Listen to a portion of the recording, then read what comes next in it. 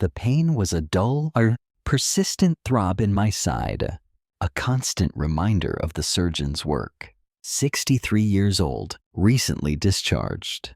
I moved with the slow, deliberate care of a man pieced back together, each breath a small victory against the lingering ache. My small apartment felt alien, the silence amplified by my own fragility. I was dependent, tethered to medication schedules and the careful instructions of nurses. The world outside felt distant, unimportant. I had seen enough of it. Then the phone rang. It was Miriam, my lawyer, her voice crisp and efficient, cutting through the haze of my recovery. "Mr. Peterson," she said, her tone softening slightly. "I have some news. A lawsuit. Stalking." The word hung in the air. Absurd. Impossible. Stalking. I gripped the phone, a cold dread seeping into my already weary bones. I was barely able to walk, let alone stalk anyone. "Who?" I asked, my voice thin. "Who is accusing me?" "A woman named Clara Jenkins." Miriam paused. "She claims you have been harassing her for months." I closed my eyes. The world was playing a cruel joke. I had nothing left to lose, it seemed. Not my health, not my peace. Now, not even my good name. The accusations accumulated, a bizarre tapestry woven from fabrications. Photographs arrived. Grainy images of a man standing outside Clara Jenkins' apartment, a figure vaguely resembling me, captured by surveillance cameras. Phone records showed calls made from a burner phone, calls described by Clara as menacing, filled with heavy breathing and implied threats. Eyewitnesses, neighbors from her buildings, offered descriptions of a persistent, shadowy presence. A man who loitered, who watched. The cruel absurdity of it all tightened a band around my chest. I was hospitalized for a month. I told Miriam, my voice flat, almost pleading. My surgery, the recovery. I could barely lift a spoon. How could I have done any of this? The timeline was irrefutable. My surgical incision, still tender, was proof. Yet, the evidence against me, meticulously gathered, painted a different picture.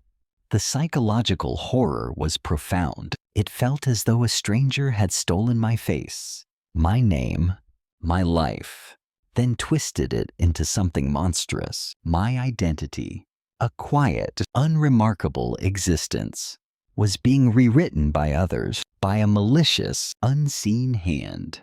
Miriam presented the photos in her office, spreading them across the polished mahogany.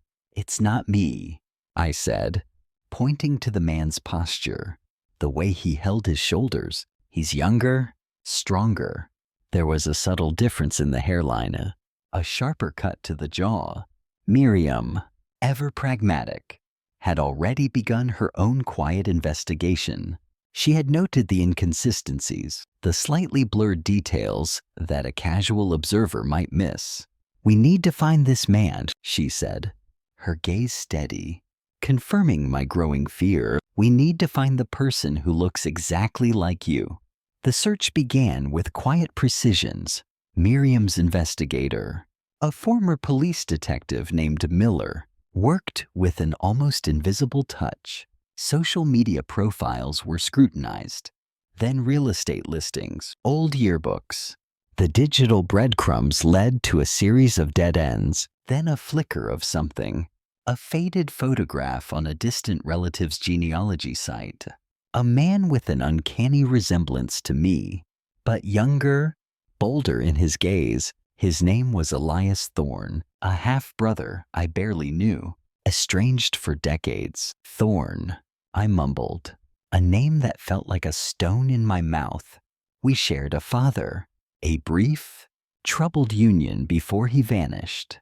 Thorne had always been a shadow, a whisper in my family's past.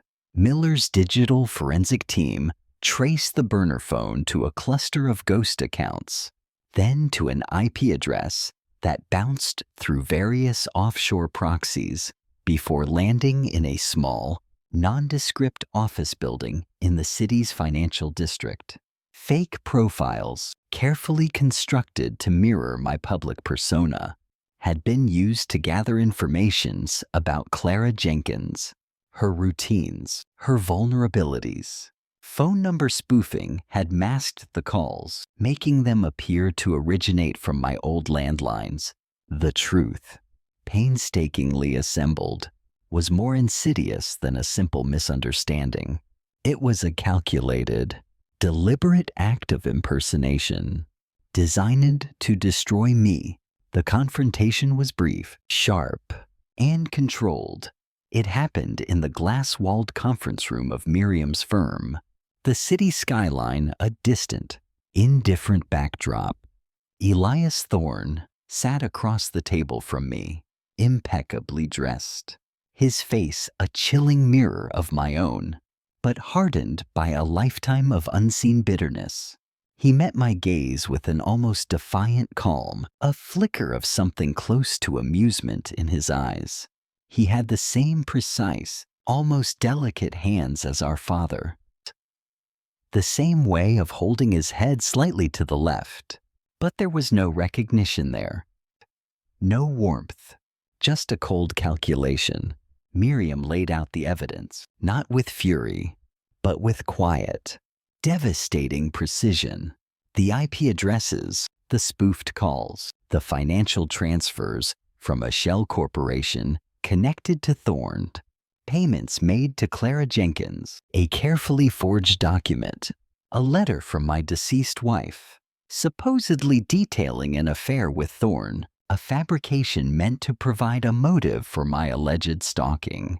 Clara Jenkins, a former employee of Thorne's, had been manipulated, her own financial troubles exploited, her testimony bought. Thorne had orchestrated the entire charade, driven by a twisted desire to destroy my reputation, to erase me. The motive, buried deep in a decades-old family slight, was simple: poisonous envy. The air in the room was thick with unspoken words, with a silent, simmering rage that remained unvoiced. Thorne offered no explanation, no apology, just a slow, almost imperceptible shake of his head. He had failed. That was his only visible reaction. The game was over. The physical recovery was slow, a marathon rather than a sprint. Each day brought a small, incremental improvement, a loosening of the pain, a strengthening of muscles that had atrophied. The legal battle that followed was mercifully swift. Thorne's meticulously crafted web of deceit unraveling under the weight of the evidence. Clara Jenkins, stripped of her false pretense, confessed her role, her voice small and broken. The world, once hostile, began to right itself. Months later, my ex-wife called, her voice hesitant, a fragile bridge connecting past to present. I listened to her talk about the children, about her new life. There was no mention of the lawsuit, no apology, just the quiet acknowledgement of a shared history, now fractured beyond repair. We spoke of mundane things, of weather and small, insignificant events. The conversation ended with a polite goodbye, a final, unspoken farewell to a chapter that had closed. I sat by my window, watching the rain fall, each drop tracing a line on the glass. The experience had taught me a bitter truth.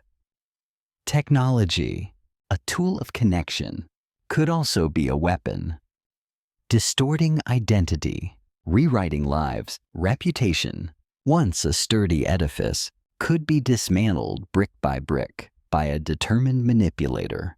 Yet, truth, however slow its journey, however faint its trace, eventually found its way to the surface.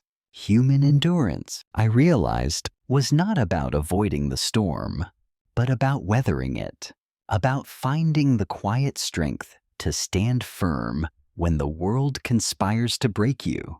The world moved on, indifferent to my private battle. But I was changed. I was heavier, quieter, more reflective. I understood then. Truth does not always prevail quickly, but it always leaves a trace.